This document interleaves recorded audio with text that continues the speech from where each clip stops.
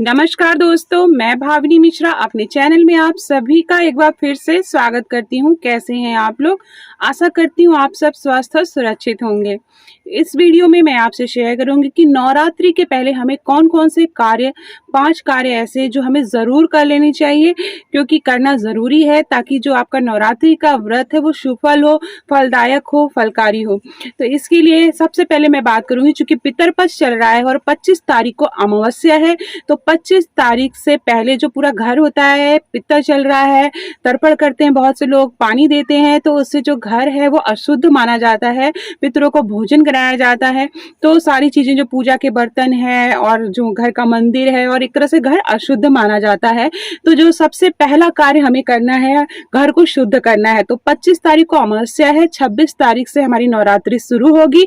तो 25 तारीख की शाम को, या बहुत अच्छा हो अगर आप 26 तारीख के सुबह सुबह उठ के घर की साफ सफाई अच्छे से कर लीजिए। घर के सभी कमरे में गंगा जल का छिड़काव कर लीजिए, मंदिर में गंगा जल का छिड़काव कर लीजिए। तो इस तरह से पूरे घर की अगर आप साफ सफाई नवरात्रि से पहले कर लेते हैं, या नवरात्रि के सुबह सुबह जो पहले दिन है सुबह सुबह कर लेते हैं, तो बहुत ही अच्छा होगा। उसके अलावा जो मंदिर है, मंदिर की सफाई के साथ साथ जो पूरा मंदिर है उसके जो भी आपने मंदिर में नीचे कपड़े बिछा रखे होंगे, माता रानी को चुनरी पहनाई होगी, या जो भी वस्त्र भगवान ने पहने होंगे, वो सारे वस्त्र आपको धो देने हैं, सर्फ के साबुन से धो देने हैं। या आप नए वस्त्र लाए हैं तो पुराने वस्त्र निकाल दें और आप नए वस्त्र पहना सकते हैं। उसके अलावा घर में जो भी मूर्तियां हैं उसको अच्छी तरह से साफ कर लीजिए। जो फोटो है उन्हें अच्छी तरह से पानी से आप साफ कर लीजिए, या फिर आप गंगा जल से आप उसे साफ कर लीजिए। तो इस तरह से पूरे घर की साफ सफाई, घर का दरवाजा या चौखट है, जहाँ पे घर का गेट है, वहां पे भी अच्छी तरह साफ सफाई कर लेनी है सुबह सुबह नवरात्रि के दिन, या आप 25 तारीख की शाम को भी कर सकते हैं। एक बात का दूसरा कार्य है कि घर में जो भी लहसुन प्याज हो उसे आप 25 तारीख तक खत्म कर लीजिए। वैसे भी पितरपक्ष में भी लोग लहसुन प्याज नहीं खाते हैं, लेकिन कुछ लोग अगर खा रहे हैं तो वो भी आप जो है बंद कर दीजिए। 9 दिन आपको लहसुन प्याज और नॉनवेज का सेवन नहीं करना है, घर में नॉनवेज नहीं बनाना है। उसके अलावा जो घर का चूल्हा है, अगर आप नॉनवेज बना रहे हैं और एक ही चूल्हे पे नॉनवेज बनाते हैं, आपका जो गैस का स्टोव होता है, तो उसको अच्छी तरह से नवरात्रि के दिन सुबह सुबह आपको साफ कर लेना है, गंगा जल से छिड़काव कर लेना है। अगर आपको कहीं से राख मिल पाए तो पूरे चूल्हे पे आप राख लगा के अच्छी तरह से साफ करके उसको साबुन से अच्छी तरह से धो दीजिए, तो शुद्ध माना जाता है, राख को शुद्ध माना जाता है। तो इस तरह से आपको अपनी किचन की भी सफाई करनी है, क्योंकि आप अगर 9 दिन व्रत रहते भी हैं, नहीं भी रहते हैं, या अष्टमी के दिन पूरी खिलाते हैं, या व्रत प्रतिपदा और अष्टमी के दिन व्रत रहते हैं, तो भी आपका जो किचन है वो भी साफ सुथरा होना चाहिए, स्वच्छ होना चाहिए। वहां पे नॉनवेज से रिलेटेड कोई भी चीज नहीं होनी चाहिए, लहसुन प्याज नहीं होना चाहिए, इस बात का आपको ध्यान रखना है। उसके अलावा एक कार्य आपको और करना है कि जो आप घर में जो मंदिर है उसमें जो किताबें हैं वो आप देख लीजिए। जैसे दुर्गा चालीसा आपके पास है कि नहीं है, दुर्गा सप्तशती है कि नहीं, दुर्गा सप्तशती पुरानी तो नहीं हो गई है, आपको बदलनी नहीं है, तो नवरात्रि में आप उसको बदल सकते हैं। तो जो भी दुर्गा सप्तमी और दुर्गा चालीसा या दुर्गा की आरती, ये सारी चीजें आपके पास होनी चाहिए। तो इस चीज को आप चेक कर लीजिए।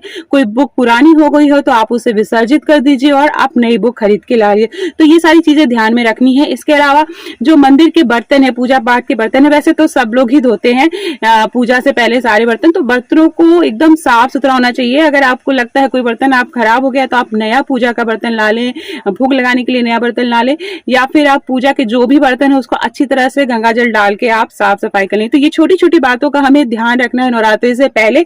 इसके अलावा जो है, जो भी चुनरी आप जैसे भगवान को चुनरी चढ़ाते हैं, तो कोई भी नई चुनरी आप ला सकते हैं, या जो पुराने माता रानी को चुनरी आपने चढ़ाई है उसको धो के फिर नवरात्रि के दिन आप नया फिर से आप पहना सकते हैं। उसके अलावा एक क्वेश्चन आता है कि चूंकि पितरपक्ष चल रहा है तो क्या हम नवरात्रि का सामान, कलश, ये सारी चीजें खरीद सकते हैं? तो हाँ, जरूर खरीद सकते हैं। पितरपक्ष में कोई भी शुभ काम का मतलब ये होता है कोई भी जैसे अपने लिए कोई भी नई चीज नहीं खरीदनी है, अपने लिए नए कपड़े, नया गाड़ी, नया वाहन, इस टाइप से कुछ नहीं खरीदना रहता है। लेकिन पूजा से रिलेटेड आप चीजें खरीद सकते हैं। आप 25 25 तारीख की शाम को, जब अमावस्या की आप पितरपक्ष का जो फाइनल आप तर्पण कर दें, उसके बाद आप घर की साफ सफाई करके आप पूजा का सामान ला के रख सकते हैं। जो भी सारा पूजा का सामान है उसको आप ला के रख सकते हैं घर में। तो ये छोटे छोटे कार्य हैं जो आपको ध्यान में देने हैं। और 26 तारीख से नवरात्रि शुरू होगी। 26 तारीख को घट स्थापना करनी है। सुबह सुबह का मुहूर्त है, आप उस समय घट स्थापना कर सकते हैं या अभिजीत मुहूर्त में आप घट स्थापना कर सकते हैं। इसका मैंने वीडियो बनाया है, उसकी लिंक मैं डिस्क्रिप्शन बॉक्स में डाल दूंगी, आप मेरे चैनल पे जाके ले सकते हैं। तो इन छोटी छोटी बातों का हमें नवरात्रि से पहले ध्यान रखना है। पितरपक्ष को अशुद्ध महीना माना जाता है, तो जब भी नवरात्रि शुरू होती है, घर की साफ सफाई, मंदिर की साफ सफाई और आपके रसोई घर की साफ सफाई, आपके चूल्हे की साफ सफाई का विशेष ध्यान देना है। उसके अलावा अगली वीडियो में मैं आपसे बताऊंगी कि नवरात्रि से जुड़ी हुई बहुत सारे सवालों के जवाब दूंगी जो कि कंफ्यूजन रहता है, तो वो सारी चीजें जहाँ ध्यान में दूंगी। एक चीज और आपको तैयारी कर लेनी है, अगर आपको अखंड ज्योति जलाना चाहते हैं तो उसके लिए भी आप तैयारी कर ले कि सारे सामान, पूजा का सामान आप ला के रख लें। तो ये सारे कार्य आपको, ये 5 कार्य आपको नवरात्रि से पहले कर लेने हैं। आशा करती हूँ आपको मेरा वीडियो पसंद आया होगा। वीडियो पसंद आया हो तो मेरे चैनल को प्लीज सब्सक्राइब करिएगा। बहुत बहुत धन्यवाद ये वीडियो देखने के लिए।